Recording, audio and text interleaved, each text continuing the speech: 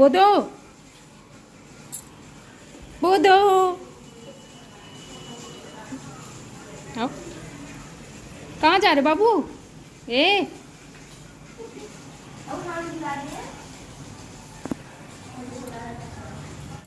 तो गाइस बहुत ज़्यादा गर्मी पड़ रहा है और इस गर्मी में ही आप लोग देख सकते हो पीछे मेरी एसी ख़राब हो गई है। बनने के लिए गई है, जो भैया बनाने के लिए ले गए हैं उन्होंने बोला था कि 2-3 दिन लगेगा बनने में, इसको चेक करना पड़ेगा। पता नहीं क्यों ना वो बार बार जो था वो ठंडा नहीं कर रहा था, छोड़ देता था। जब एसी ऑन करो तब तो थोड़ी देर ठंडा करता था, उसके बाद वो ठंडा नहीं करता था, बस ऐसे ही चलता रहता था। हमने दिखाया तो उन्होंने बोला चेक करना पड़ेगा। जो भी चेक करना था वो लेके गए हैं, उन्होंने बोला 2-3 दिन लगेगा। इस वजह से हम गेस्ट रूम में सो रहे हैं। मेरे जो सास ससुर हैं वो आए हुए हैं, मेरी छोटी वाली ननद है वो आई हैं, मेरे सास ससुर गाँव से आए हैं, मेरी ननद भी उनके साथ ही गाँव में थी। उनको आज अपने घर जाना है, उनका भी घर हमारे कॉलोनी के बगल में ही है, तो कोई वो नहीं है, वो चली जाएंगे शाम तक। तो मैंने सोचा मैं कुछ अच्छा बना लूँ। वैसे तो हम लोग मम्मी पापा के कमरे में सो जाते, लेकिन वो लोग हैं तो इस वजह से हम लोग गेस्ट रूम में सो रहे हैं। मैं अभी आप लोग को दिखाऊंगी। मैंने सोचा है कि कुछ शाम को बनाने के लिए, तो मेरे ससुर जी जो हैं उनको घुइये की सब्ज़ी बहुत अच्छी लगती है। मैंने अपने हस्बैंड से कल घुइया मंगाया था। अभी मैं बनाऊंगी घुइये की सब्ज़ी पूड़ी, और सोच रही हूँ थोड़ी सी सेवइयाँ बना लूँ। और कुछ मैं देखती हूँ क्या बनाऊंगी, क्योंकि दिन का जो भी खाना है ना वो भी थोड़ा बहुत रखा हुआ है। और इतनी गर्मी हो रही है, इतना पसीना हो रहा है, आप लोग देख सकते हो। बारिश हो नहीं रही है, और जब बारिश होती है ना उसके बाद का जो मौसम है चिपचिपे वाला और उमस भरी जो गर्मी होती है ना उस तरीके का है, और इतना बुरा हाल है कि मैं क्या बताऊं। क्या कह रहे थे आप? देख सकते हो कल से हम लोग यहाँ सो रहे हैं क्योंकि कमरे की एसी ख़राब है, और ये हमारा गेस्ट रूम है। मैं और बच्चे यहीं सो रहे हैं। क्या कह रहे थे ऐसा? कहाँ पे रखा है? तो उन्होंने दूध मंगाया था इसलिए मुझे बुला रहे थे, लेकिन मैं तो जो घुइया थी ना वो मैंने दोपहर में ही धुल के रख दिया था। मैंने इनसे बोला था ना कि सेवइयाँ का जो डब्बा वो ऊपर रखा हुआ था वो उतारने के लिए, वो जगह जगह चींटियाँ लग रही थी, वही ये देख रहे थे, कह रहे थे खुशबू बहुत चींटी है। मैंने इनके और अपने लिए चाय भी रख लिया था। एक तरफ मैंने घुइया रखी थी, एक तरफ चाय रखा था, और एक तरफ मैंने दूध गर्म होने के लिए रखा था। घुइया को मैंने दोपहर में जैसे बताया धो के रख दिया था, तो वो सूख गया था। मैंने कुकर में थोड़ा सा पानी डाल के उसको उबलने के लिए रख दिया था। फिर मैं अपना और इनका चाय लेके आ गई थी गेस्ट रूम में पीने के लिए, क्योंकि मम्मी और पापा को आने में सबको टाइम लगता है। थोड़ा बोल रहे थे कि रात हो जाएगा, 7 बज जाएगा, 7:30 आने में उनको। तो इन्होंने कहा कि तब तक खुशबू चाय बना लो, हम लोग चाय पी लेते हैं। हम लोग बैठ के थोड़ी देर गेस्ट रूम में चाय पिया हमने, और फिर इधर उधर की थोड़ी बहुत बातें। उसके बाद जो है मैं किचन में आ गई थी। मैंने जो सेवइयाँ का डब्बा इनसे उतरवाया था उसमें से मैंने सेवइयाँ निकाली।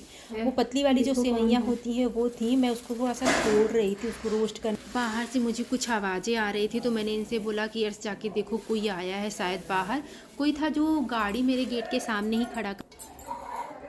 जो सेवइयाँ थी ना उसको अच्छे से तोड़ लिया था। उसके बाद मैंने कढ़ाई रख दिया था, और दूध भी मेरा जो था ना वो दूसरी तरफ बॉयल हो रहा था। मैंने उसका गैस जो फ्लेम जो था ना गैस का वो कम कर रखा था। मैंने थोड़ा सा उसमें मतलब 1 स्पून के करीब उसमें घी डाला था, और फिर सेवइयाँ को मैं रोस्ट करने लगी थी। सेवइयाँ रोस्ट हो रहा था तब तक मैंने दूध में जो है ना चीनी और थोड़ी सी जो छोटी वाली इलायची होती है ग्रीन वाली वो डाल दिया था। और फिर मैंने उसको अच्छे से चलाने के बाद फ्लेम को धीरे ही रखा था। मैंने सेवइयाँ डाली। मैं सेवइयाँ जो है ना थोड़ी देर के लिए ही रोस्ट करूँगी जैसे आपको बताया, और मैं लगातार इसको चलाती रहूँगी, नहीं तो ये जल जाएगा, क्योंकि पहले से ही रोस्ट है और ये काफ़ी ज़्यादा बारीक होता है। जो लोग पतली वाली सेवइयाँ बनाते होंगे उनको पता होगा। तो अगर मैं ऐसे ही छोड़ दूँगी इसको ना तो ये जल जाएगा। इसे मुझे लगातार चलाते रहना है जब तक ये पक नहीं जाएगा, और इसे पकने में भी 2 से 3 मिनट लगेंगे, इससे ज़्यादा नहीं लगेगा। तब तक मैंने जो कुकर का ढक्कन था ना जिसमें मैंने घुइया रखी थी उसको खोल दिया था। घुइया मैंने देखा, चेक किया तो वो पक गया था। मैंने सेवइयाँ भी जो पक गई थी उसको दूध में डाल दिया था, और बस 2 से 3 मिनट मैं इसको पकने दूंगी। उसके बाद जो गैस है मैं बंद कर दूंगी, क्योंकि पहले से पका है तो इसको पकाने की ज़्यादा ज़रूरत नहीं पड़ेगी। उसके बाद जो घुइया थी ना वो गेस्ट रूम में लेके मैं आ गई थी। ये बाहर जो लोग आए थे, जिन लोगों ने गाड़ी खड़ा किया था ना, उनसे बात कर रहे थे। बाहर ही आवाज़ें आ रही थी बहुत तेज़ तेज़ से लोगों की बोलने की। 2-4 लोग और थे, मतलब ऐसे ही लोग बोल रहे थे, कुछ लड़ाई झगड़े जैसा कुछ नहीं था। जो घुइया थी ना उसमें बहुत ज़्यादा ख़राब निकल रहा था। जब मैं धुल रही थी ना तो देखने में तो मुझे सारा ही ठीक लग रहा था, मुझे ऐसा नहीं लग रहा था कि कोई घुइया इसमें ख़राब है। लेकिन जब मैंने उसको उबाला ना तो उसमें रेड रेड से बहुत ज़्यादा ख़राब निकल रहे थे, कोई इस तरीके से महक रहा था, अजीब सा स्मेल कर रहा था। तो मैंने जितना मुझे सबसे सही लगा ना, अच्छा कि हाँ हम लोग खा सकते हैं, मैंने सिर्फ उतनी घुइयाँ छीली, बाकी सब मैंने हटा दिया था जो भी मुझे ख़राब लग रहा था।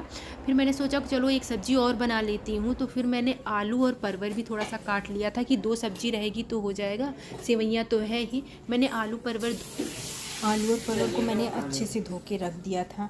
जब तक मैं सब्ज़ी धो के रख रही थी तब तक वो लोग भी आ गए थे, बाहर उनकी गाड़ी आ गई थी। और फिर मैंने उन लोगों के लिए भी चाय चढ़ा दिया था कि वो लोग चाय पी लेंगे, तो फिर धीरे धीरे मैं खाना बनाऊंगी। 8, साढ़े 8, 9 बजे तक मैं सबको खाना खिला दूँगी। चॉकलेट अभी खिलाएंगे अभी खिलाएंगे चॉकलेट उधर रखा है मामी के पास। मामी चॉकलेट यहाँ नहीं रखती हैं, यहाँ सर्जरीन मार देती हैं।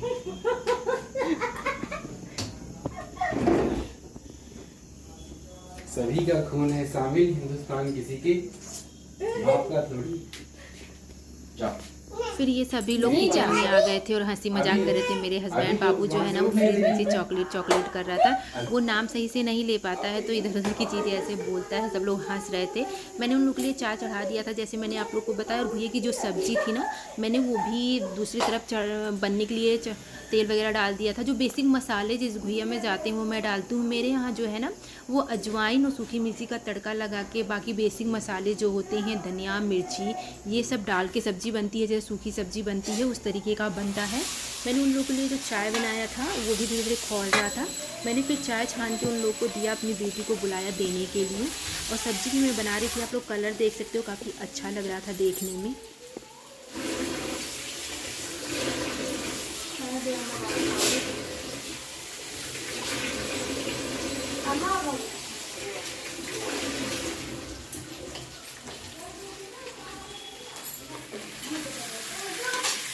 मेरी जो सब्ज़ी थी ना वो अच्छे से पक गई थी। मैंने गैस का जो फ्लेम है वो बंद कर दिया था।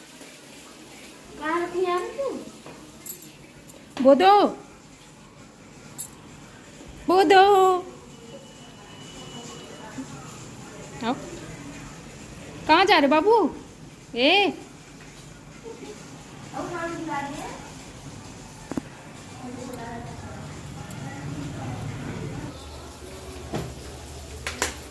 उसके बाद जो है ना, मैंने सेवइयाँ में डालने के लिए थोड़े से ड्राई फ्रूट्स निकाले, जिसमें मखाना, थोड़ा सा काजू और बादाम था। मैं साथ लेके गेस्ट रूम में चली गई थी। वहाँ से बैठ के सब्जी तो गैस मैंने फ्लेम बंद कर दिया था, वहाँ बैठ के मैं आराम से इसको काट लूँगी। उसके बाद फिर मैं सेवइयाँ में इसको ऐड करूँगी।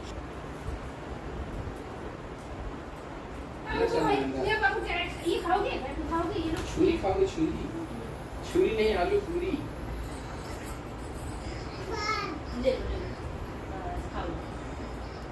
अच्छा है।